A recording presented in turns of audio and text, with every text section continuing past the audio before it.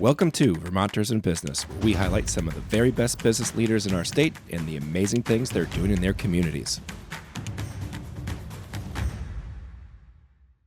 People of Vermont, welcome to Vermonters in Business, where our mission is to highlight the businesses and business leaders in our state that are doing amazing work in both of their communities and in their careers. We've got a special show today, but first, I'm your host, Drew Kinney. I'm a 7th-generation Vermonter and a business owner in the state. But before we jump too far into it, please help me welcome my co-host. He is a serial entrepreneur, a local business enthusiast, and around here we know him as a world-class insurance agent. Travis, how are we doing today? Any hot takes on the agenda? I do, yeah. I'm bringing some more hot takes today. Today's hot take is going to be about labels on beer and wine. We have a great guest today who has a wonderful label that's very clean on their product. But one of the things that frustrates me the most, you go into a store, you're looking to buy something, and you don't even know what it is because the label is so cluttered. And it's like, I got to look down here or over on the side to find out exactly what I'm looking at. So it's artistic, that's fine, but make your labels clear so I know what I'm looking at. That's my complaint for the day. All right. This reminds me of a prior guest that we had talking about fashion, and we had a fashion hot take from two guys wearing blue polos. That's right. We're not very fashionable. All right, Travis. Well, we got a special guest today. We go really far back with the Lanes. Joining us today is Dave Lane from Snow Farm Winery. Dave, how are we doing today? We're doing great. Awesome. It's a beautiful day out there. It is. It's a little chilly, but that's all right. That's all right. Get chilly at night and warm during the day. It's sugaring season. It is that time of year. I'm impressed that we could get you out today. We were lucky. If the sap was running, I would have 100% been go for it. We'll reschedule.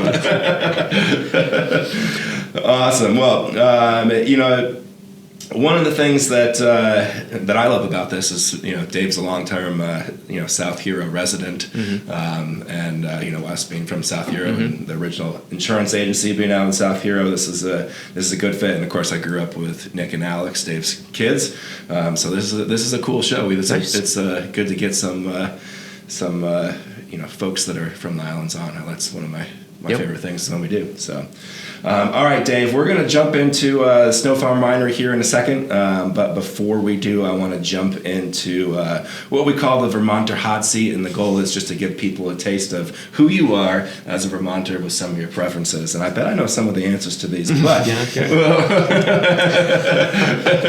we'll dive in. Are you ready for the Vermonter hot seat? I'm ready. All right, cool. Pancakes or waffles? What are you having with your Vermont maple syrup? Waffles. All right. I like all those, little crevices to get that maple syrup. You can hold more. That's my choice as well. All right. A perfect day for you. Is it a winter day at the mountain or a summer day at the lake? For me, it's a summer day at the lake. Yep. I love both. I ski, but I also water ski. So snow ski and water ski, but love that warmth. Yeah. Love the lake. Yeah, I figured as much, but then I did actually have second doubts because I know you guys are diehard skiers, and so it's tough. We have both of it, right? But we live on the lake. Yep. No, that's good. It's your birthday dinner. You can go to any restaurant in the state. Where are you headed?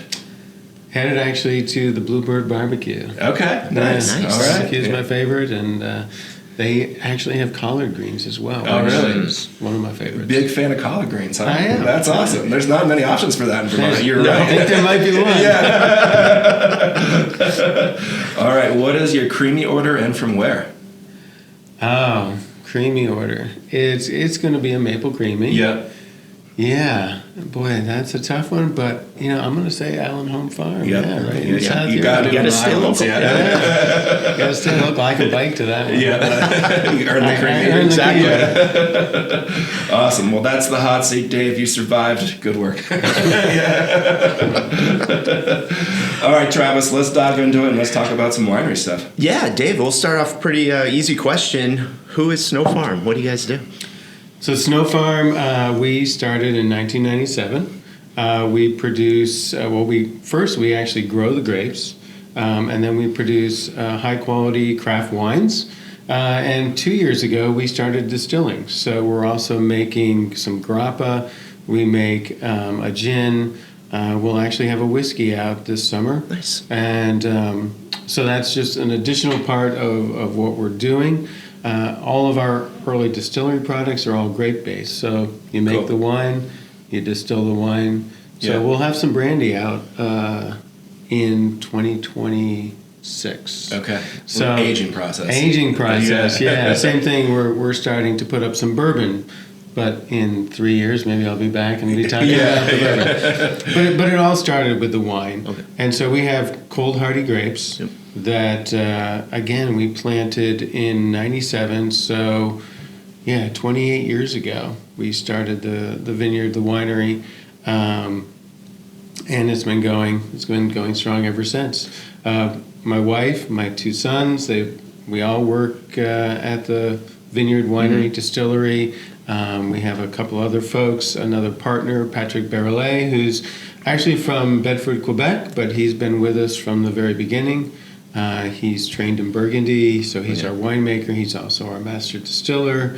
And it's just a great family business. We grow a little bit every year, but it's slow, constant growth that is keeping us going.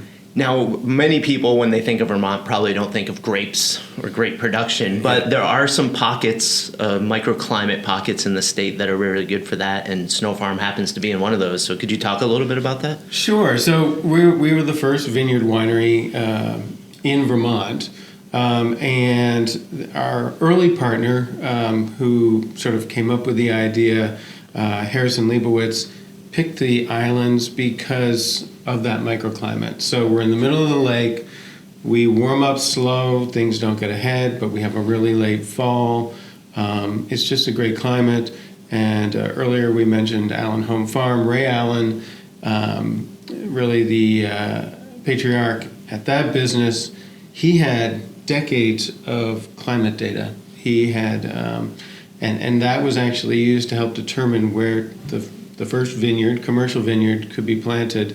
And so we're lucky with that. And but I never knew that. That's fascinating. Yeah, you kept all that data from all the years. Yeah, I'm sure it still exists somewhere, and I'm sure young Ray has it. But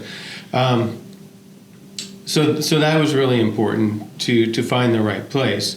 Now there are several more vineyards around Vermont. Part of what happened is there are new varieties that are more cold hardy than 28 years ago when we started, and those varieties make excellent wine. The Marquettes, the La Crescents are making really good wine. The Petite Pearl. So we grow some of those now as well, and that's kind of helped open up the market. How many different grape varieties do you grow? We grow about 15 different varieties. 15, wow. Yeah. And you use all of those in your different spirits and wines that you have? We do. We use them all. So some of them are single variety wines. Some of them are blends. So it depends on the year, actually. So we may use Vignole and make a Vignole wine. We might do a late harvest with that, depending on how it's growing, the quality. Vidal, the same thing. We may do a table wine, but we may do an ice wine. Yep. It's been a little bit harder to do an ice wine the last few years because of not getting the cold temperatures early enough in November, December. One year we left the grapes on. It was January. There was really nothing left by that time. We will do an ice wine if we think we're going to get those temperatures, but so it needs to be colder quicker for the ice wines. Yeah. So, okay. Yeah. So they stay on the vine, and they need to freeze 1 or 2 times. Yep. But they still need to have some grapes left Yep. to do that with. So typically we would be picking those the first or second week of December. Okay. But they would have had to had frozen a couple times to make them into the good ice wine. Yeah. That makes sense. And so how many different types of wines are you selling and making? Through the year, we probably have about a dozen different wines that we sell. Yeah. And what was the thought process getting into the distilling? Was it just like a simple, hey, we're already doing this, makes sense? What was the thought into, and how that all came about? Yeah, I think it was I think it was a personal interest on my side. I think it was, again, our winemaker distiller has been with us from the beginning. It was something new for him to try. Spirits were actually part of his family heritage up in Quebec. So he had that.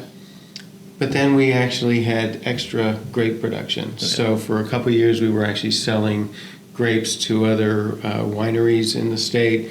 And we decided, what can we do with these extra grapes? And so that's what, those three things kind of came together. And we built the distillery, but got all the licensing and together and started that up, So with the grape production, you probably, I'm assuming, with most things in agriculture, you don't really know what you're going to make until kind of the end of the harvest. So you're kind of just, You're exactly right. So, everyone's asking right now, so is it a good year? Right. Well, the winter was pretty good for us. We didn't have negative 15, which is, for some of our grapes, is kind of like the lowest they would go. So a good winter. Pruning is going good, so I think we'll have a good spring. Yep. We'll see what summer comes, and then fall. You don't know until the harvest is done, which is going to be, late October, or for the Weiss vine, December. So you just don't know how much you're going to get. The quality, it's different every year, which is part of the mystery behind wine, right? It's different every year. Every bottle can be different. Every sip can be different. And what is your aging process? So from the time, the grape comes off the vine to production, are you making a type of wine that you can sell quickly, or is there, some delay before you can put something to market? Yeah, that's a good question. So the wines here in the East, really the Northeast, they're really meant to be young wines. So typically, the whites are ready first. So what we harvested last year, we will start releasing the whites here in the middle of April. For some of them, they're still going to be a young wine, but they're a good wine.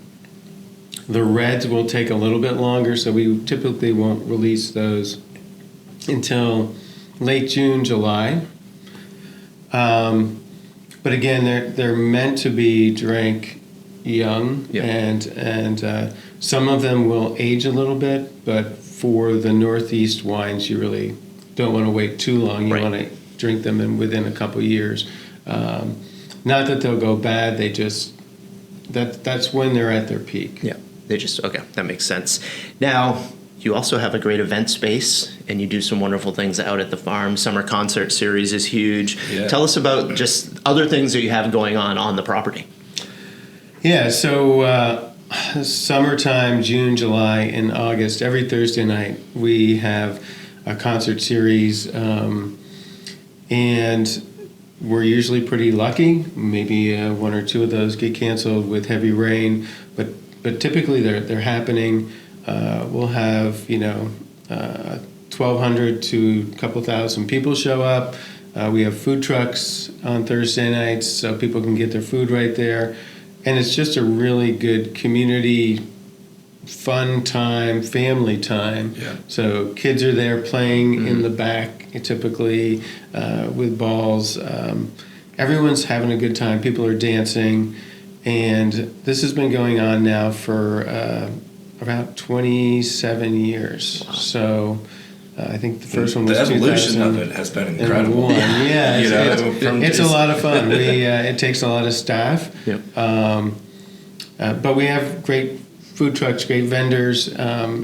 Everyone, we've never had, knock on wood, never had a real problem with the crowd. So that happens. But we also do events. We have an event tent. We do weddings. We do anniversaries. We do celebrations of life. We do a lot of bridal showers, and it's a lot of fun to put those on. Sometimes it's a little bit stressful, but it's part of the business. really what we do that in order to be able to sell our products. All of that is really on the branding, marketing side, bringing people in so that they have access to our products. 95% of everything we sell is sold right at the tasting room, Wow. at the events, at the weddings, and that's our business model. Nice. So agribusiness is a big topic, and one of the things that farmers and people who own land have to figure out how to diversify, and you definitely are doing a great job with that. Like, what's some advice that you have for people who are maybe on that edge of, I've got this land, I've got a business, how do we profit more? How do we diversify what we're doing? Yeah, so, I think that there's a lot of opportunities there, because people like local, people like things to do. I think we need to have places and open places, and farms have those open places where we can go, enjoy, have an experience, enjoy the local flavors, be it wine, be it beef, be it maple. So you're seeing more of those. On the other side, people shouldn't go into it very starry-eyed. It's difficult. So I grew up on a dairy farm. We produced milk. The truck came, got the milk. When you get into more of bringing people, consumers onto your property, it's a different playing field. From the insurance that's required, right?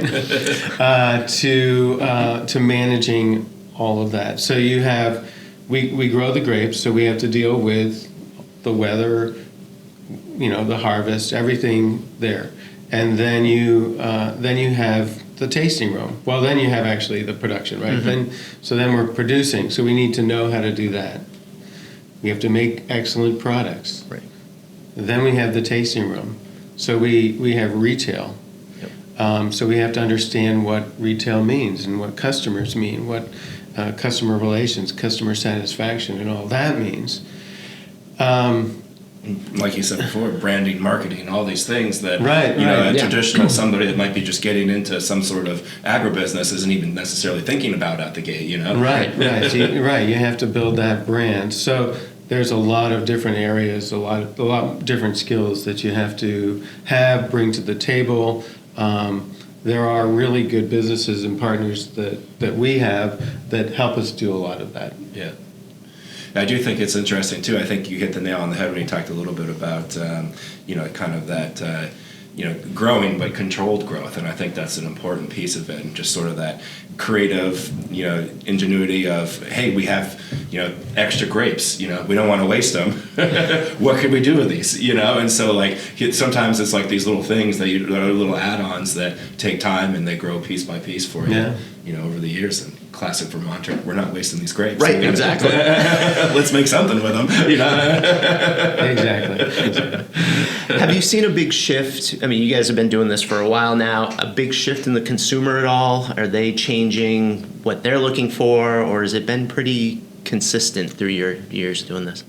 Yeah. So right now both the alcohol sort of is down across the board, from wine to spirits. There's less consumption, and so they're down. There's also a lot of wine on the market. But, I think what keeps us unique is, again, that experience. We sell at retail. People come to the vineyard by car, by bicycle. They take a walk up on our hillside. They can see the Adirondacks. They can see the Green Mountains. They can see a long ways down the lake because we're right there. They can actually see a water horizon from up there, which is pretty cool in Vermont. Mm-hmm. So for our consumers, that's what they're still coming for. Yep. They're coming to relax, spend some time, drink some wine, taste the wine, taste the spirits, have some Vermont cheese, even some Vermont crackers, and just come and relax. So I think that for us, our consumers are hanging in there, and that's really important to have those local folks and visitors that come back time and time again. Nice. When you talk a little bit about the history of the property, because you kind of touched on it before that you were dairy farming, and how many years have you guys been? Have the lanes been there, and how has that sort of transitioned? Yeah, so my parents came to South Hero to work on the farm originally back in 1958. Yeah. And the folks that they were working for, the Normans, then decided to sell. And my parents were there and ended up buying the farm. The Normans had life use of half of the house that I live in today. Yeah. And they were sort of my adoptive grandparents. Sure. So we were a dairy farm at that time. When I graduated from college, became a partner with my parents on the dairy farm, along with my wife Julie. Yeah. And we ran the dairy farm, and then we eventually decided to sell the dairy herd. We've had a number of different businesses on the property over the years, including maple syrup, which actually continues today. Yeah. But we've had beef cows as well. We've sold hay. We've sold a number of different things. But my parents bought in 1961, the year I was born. So I've lived there in the house my whole life. Yeah. But the farm actually has some interesting history before that. So one of the owners of the house, Horatio Nelson Jackson, was actually the first person to drive a motor car across the United States. Wow. And he lived in the property, owned the property back in the early 1920s, I believe. Cool. At the same time where he was driving across the United States, about 25 years ago, Julie and I were out in the yard, and a lady stopped, and it was one of his granddaughters who was actually there to celebrate Camp Hochelaga. Sure. Yeah, she had gone there years ago, and she told us some stories about the farm as well. So, farm has a long history, and we're glad to be the owners and the caretakers of the property for the last 6 decades, and hopefully for many, many more decades. Do you think if you could jump in a time machine and talk to Dave, who's working the fields on the dairy farm, that you could, convince him that, a number of years from now you'd have 2,000 visitors coming to the farm every Thursday throughout the summer? No. I don't think that the young Dave driving the tractor, plowing the fields, was thinking about that. That's incredible. One of the questions we do like to ask, when you think back across the journey, and maybe just on the winery side of things, is there anything that you would have changed or done differently that might have helped, maybe grow faster or, accelerated things? Well, that's an interesting question. Do-overs are, great. I wish. Yeah. It's like the second golf shot, right? You always want do-overs, right? But off the top of my head, no. I think we've been pretty strategic, and again, slow growth can be good for a company. You don't want to. You don't want to run out of cash. You don't. There's so many different things that can happen. That would it be nice to be distributing all over the world, but that's a totally different type of business, right? Yeah. So how many acres of grapes would we need? The mechanization. Would it be a family business? Right. Would it be a community business? I mean, we really focus on giving back to the community, and that's important to us, and we do it in a very personal way. So, no, I think we've done pretty well in meeting our goals and not necessarily be. So the takeaway is a lot of times, the reason I ask this question is we get a lot of people that have businesses or they're starting businesses that will watch, and so I would say the takeaway is, know your vision and slow growth is okay. Yes. Yeah. Right. Exactly. Awesome. Anything else, Travis? No, that's it. All right. Well, I think this has been a great show, Dave. Appreciate you coming on. Well, thanks for having me. As we kind of close every show, if you know of anybody that is doing outstanding work in their communities and should be on the show, please send them our way. We'd love to have them on. Okay. Cool. Thanks. All right. Thanks, Dave.